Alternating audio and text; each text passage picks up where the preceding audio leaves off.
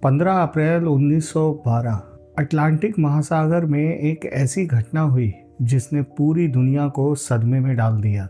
लेकिन क्या ये वाकई एक एक्सीडेंट था या फिर इतिहास का सबसे बड़ा प्लान्ड मर्डर? आज की वीडियो में हम उन थ्योरीज की परतों को खोलेंगे जो पिछले 100 सालों से दबी हुई थी।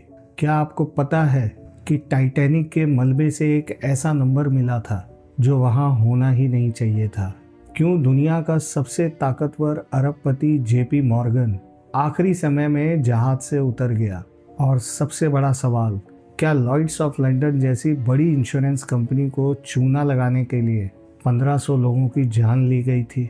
आज की इस वीडियो में हम उस डेट, रेफरेंस और डॉक्यूमेंट की जांच करेंगे जो इस कहानी को और भी ज़्यादा रहस्यमयी बना देती है।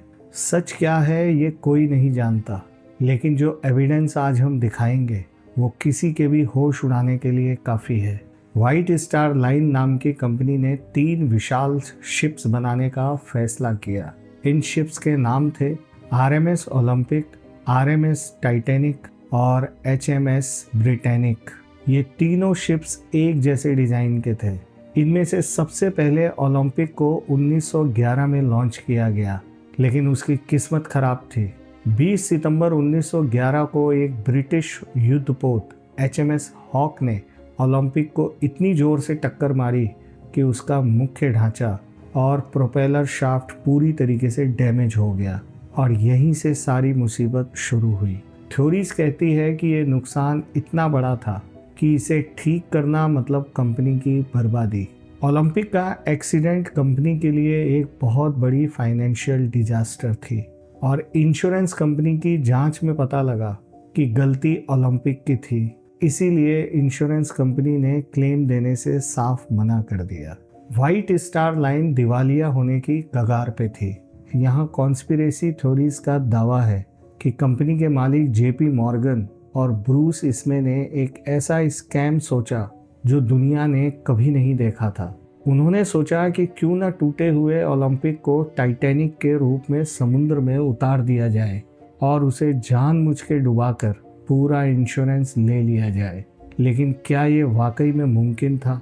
यहाँ से कहानी और भी कंफ्यूजिंग हो जाती है। अब बात करते हैं इस खेल के सबसे बड़े खिलाड़ी जेपी मॉर्गन की। उस दिन मॉर्गन के लिए टाइटैनिक में एक आलीशान स्वीट बुक था, लेकिन रवाना होने से ठीक 24 घंटे पहले मॉर्गन ने अपनी टिकट कैंसिल करवा ली थी। उन्होंने मेडिकल रीज़न दिया, लेकिन वो फ्रांस के एक रिजॉर्ट में बिल्कुल ठीक हालत में देखे गए थे। इतना ही नहीं, उनके साथ उनके 50 और रईस दोस्त भी थे और उन्होंने भी आखिरी समय पे अपनी टिकट रद्द करवा दी थी। और सबसे बड़ा सस्पेंस ये है कि उस जहाज पर उस दिन जेपी मॉर्गन के 3 राजनीतिक दुश्मन भी थे, एस्टर, स्ट्रॉस और गगनहैम, और ये तीनों इस हादसे में मारे गए थे। क्या मॉर्गन को पहले से पता था कि ये शिप कभी भी न्यूयॉर्क नहीं पहुंच पाएगा? क्या ये महज इत्तेफाक था? ये सवाल आज भी लोगों को उलझा रहा है। चलिए सबसे बड़े फिजिकल एविडेंस की बात करते हैं। Propeller number. बेलफास्ट के हार्लैंड और वॉल शिपयार्ड में हर जहाज के पुर्जों पर एक यार्ड नंबर डाला जाता था। ओलंपिक का नंबर था 400 और टाइटैनिक का नंबर था 401। जब 1980 के दशक में समुद्र के नीचे मलबे की जांच हुई तो दावों के अनुसार एक प्रोपेलर पर नंबर 400 देखा गया। दोस्तों, अगर ये टाइटैनिक था तो उस पे 401 नंबर होना चाहिए था। लेकिन यहाँ एक और फैक्ट है। इतिहासकारों का कहना है कि जब ओलंपिक का एक्सीडेंट हुआ था तो उसे जल्दी ठीक करने के लिए टाइटैनिक के नए पुर्जे 401 निकालकर ओलंपिक में लगा दिए गए थे। अब सवाल ये है कि क्या पुर्जे बदले गए थे या पूरा जहाज बदल दिया गया था? ये गुत्थी आज भी अनसुलझी है। अगला सबूत है जहाज की खिड़कियां। 1911 की तस्वीरों में टाइटैनिक में 14 खिड़कियां थी, लेकिन यात्रा के दिन 16 थी। 16 खिड़कियां ओलंपिक का असली डिजाइन थी। इतना ही नहीं, मलबे पर टाइटैनिक नाम के नीचे दबे हुए अक्षरों में M और P के निशान भी देखे जाने का दावा किया गया। लेकिन वैज्ञानिक कहते हैं कि ये समुद्र के पानी और रस्ट का असर हो सकता है। क्या ये सबूत मिटाने की नाकाम कोशिश थी या हमारी आंखों का भ्रम? कंफ्यूजन ही इस कहानी को जिंदा रखता है। मॉर्गन का तीसरा शिप था ब्रिटानिका। टाइटैनिक के डूबने के बाद कंपनी ने इसे और भी मजबूत बनाया, लेकिन प्रथम विश्व युद्ध के दौरान 1916 में ये भी एक रहस्यमयी धमाके में डूब गया। लोग कहते हैं कि यह सबूत मिटाने की कड़ी का हिस्सा था, ताकि उस स्कैम से जुड़ी हर चीज समुद्र में दफन हो जाए। क्या ये तीनों जहाज का अंत किसी एक बड़े प्लान का हिस्सा था? लेकिन हम इतिहासकारों की माने तो हम किसी भी नतीजे पे सटीकता से नहीं पहुंच सकते।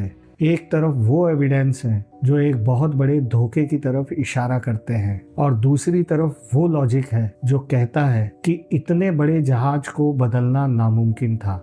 सच्चाई क्या है? क्या वो एक साधारण एक्सीडेंट था या एक सोची समझी साजिश?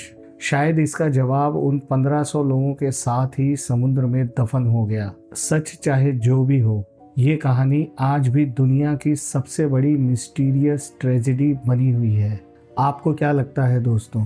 क्या ये इतिहास का सबसे बड़ा इंश्योरेंस स्कैम था? अपनी राय कमेंट में जरूर दीजिएगा। सच कड़वा हो सकता है, या शायद सच वो है ही नहीं जो हमें दिखता है। दोस्तों, आज की कहानी में बस इतना ही। दोस्तों, चैनल को सब्सक्राइब नहीं किया तो प्लीज़ सब्सक्राइब करके हमें सपोर्ट करें, और मेरी जितनी भी वीडियोस हैं उनको ज़्यादा से ज़्यादा शेयर करें, उन सभी को देखें। मिलते हैं एक नई कहानी के साथ। तब तक देखते रहिए तमस फाइल्स, जहां लॉजिक ख़त्म हो जाता है। नमस्कार।